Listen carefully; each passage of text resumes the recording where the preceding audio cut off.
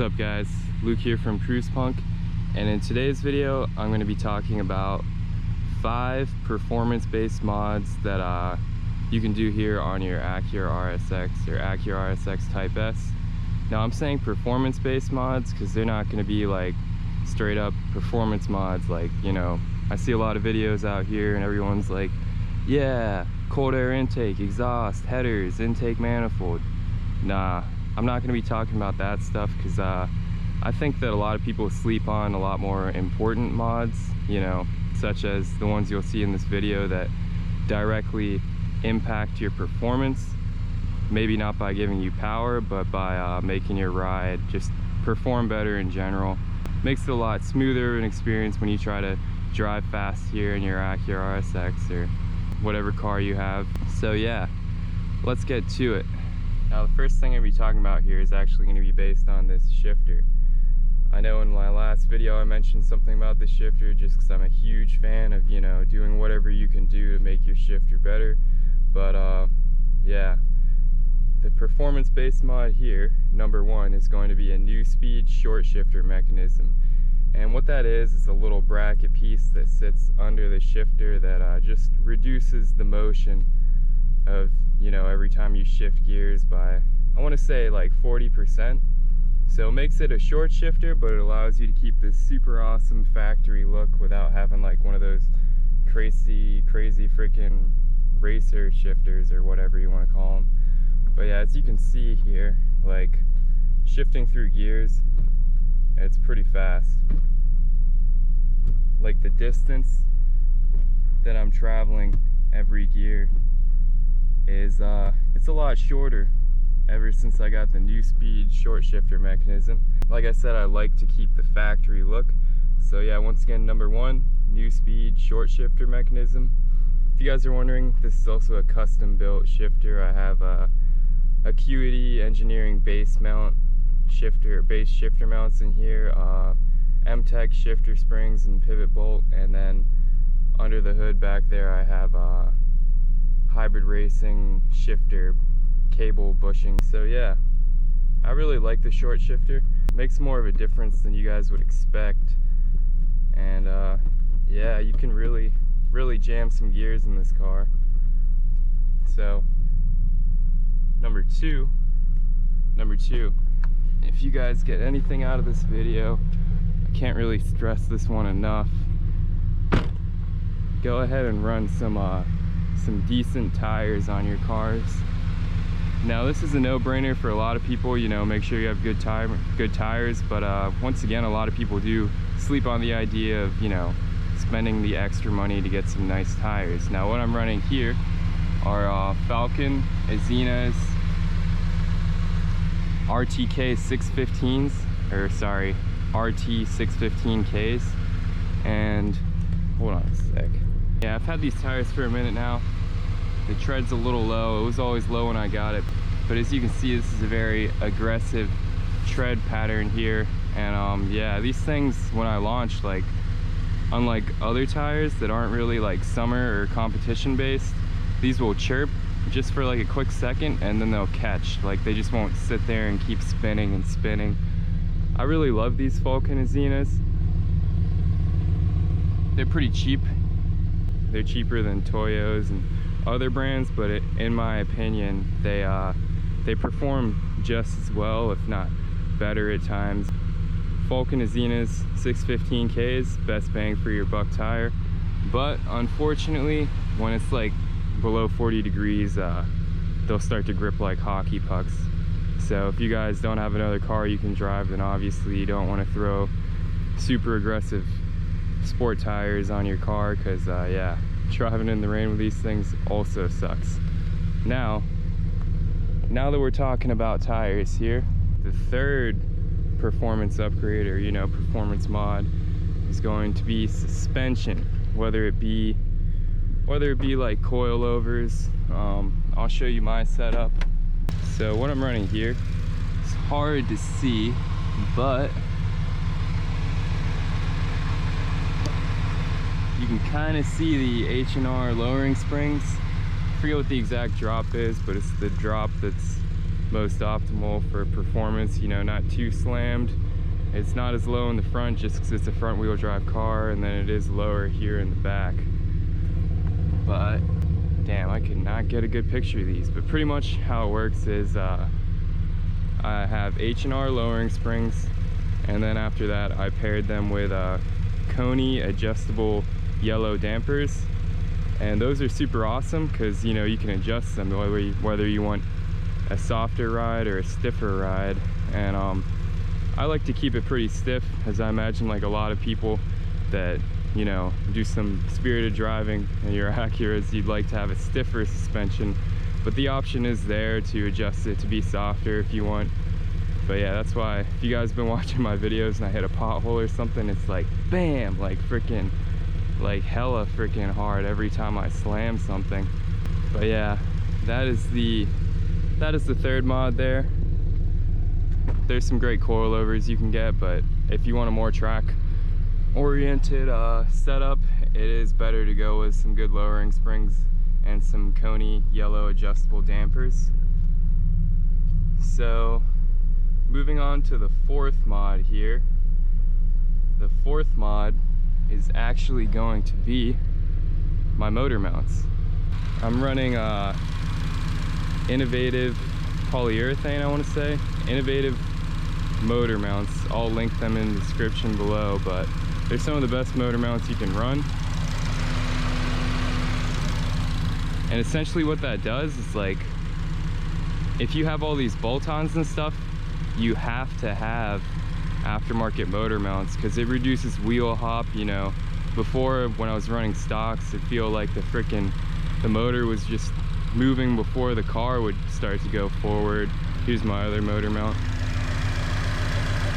And there's another one all the way in the back here. It's hard to see, I'm not gonna get down there to it. But yeah, aftermarket motor mounts are great because it kind of lets you like take all the power you've been trying to make with your engine and just put it to the wheels.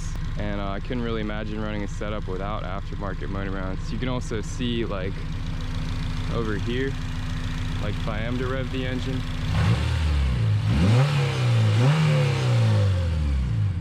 like the motor didn't really move at all just then. If you guys go home and you have stock motor mounts, you pull the throttle cable, you'll just see the whole motor just kind of move around. And it's really important to have a solid mounted motor to the body of your car so that when you're trying to go fast and stuff, it actually hooks up right and works out well.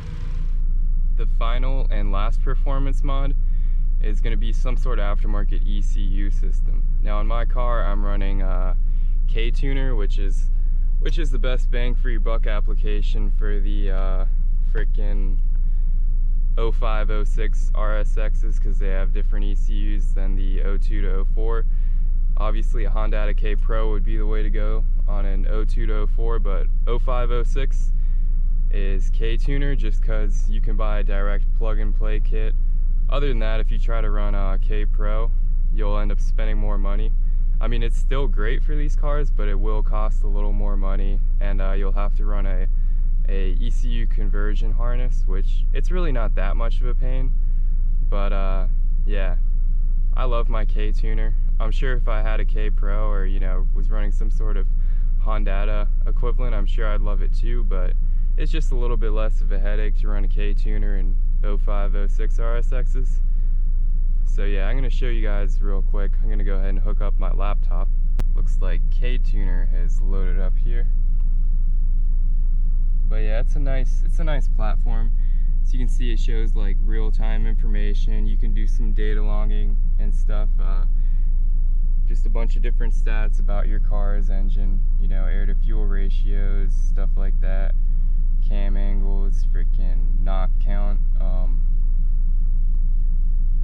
You can go over here if you ever want to. You can return to a factory tune, and you know, you can also like download the current tune on your car, play around with that.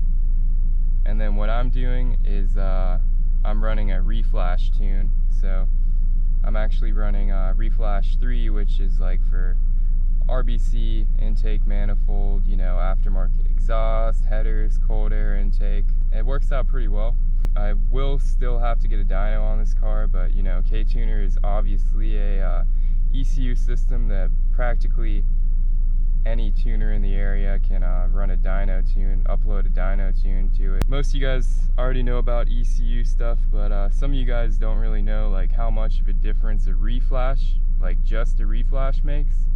If anything, like if you are running bolt-on mods, to be safe, you at least need to run a reflash, because you don't want to lean out your engine or do anything crazy, stuff like that. So that just about wraps up today's video. As you can see, USB cable here is just routed through my my glove box. I can tuck it and hide it when I don't want this just chilling out here.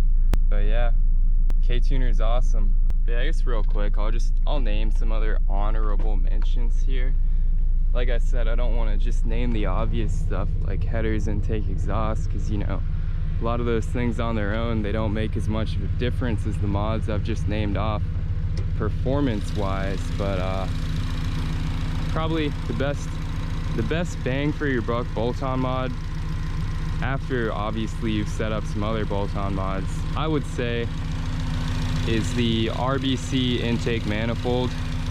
Now you can find an RBC intake manifold for, you know, less than $100, but in my opinion it's the best bang for your buck, because it makes like the biggest difference when compared to other bolt-on mods like exhaust, headers. You're not gonna experience as much of a difference from those alone, but RBC, I noticed a huge difference over the factory, I want to say RRC intake manifold. But yeah guys, that's about it. Oh yeah, here's my little hybrid racing shifter cable bushing. That's about it for today's video. I know it was very brief and stuff, but I just wanted to kind of push out like a performance-based mod video without freaking talking about direct bolt-ons, because in my opinion, all these things I've named alone, like if you just pick up one of these, like say, you know, motor mounts, you'll feel a bigger difference than probably a lot of the bolt-ons you add to your car, just because the stock motor mounts, they aren't built for performance the way that these aftermarket ones are. Same with tires, you know, those make a huge difference in themselves, and a couple other mods I named. But thank you guys so much for watching today's video. You know, you'll see more of me in the future, and I'm not really going to set a subscriber goal like most other YouTubers, but right now we are at 137 subscribers, which is super awesome, guys. I really appreciate it. You know, obviously the more we grow, the more videos I'm going to upload. Even if we kind of like stick around the 150 like subscriber range, I'm still going to be pushing stuff out, because I really appreciate all the comments you guys are leaving. Sometimes I love RSXs myself, and you know, you guys just leaving some nice positive comments, positive energy, asking me questions about your build. I love hearing about everyone's builds and stuff, so going through those comments really lightens up my day, guys. I really appreciate it. And yeah, if anyone here is local to RVA, Northern Virginia area, just let me know. And if you guys happen to be in town for the Richmond Cars and Coffee, you guys will probably see me out there. I try to go there pretty often, and I think it'd be really cool to touch base with some of you guys with RSXs and other cars as well. So yeah, you'll see me at the local Richmond Cars and Coffee, and I appreciate it.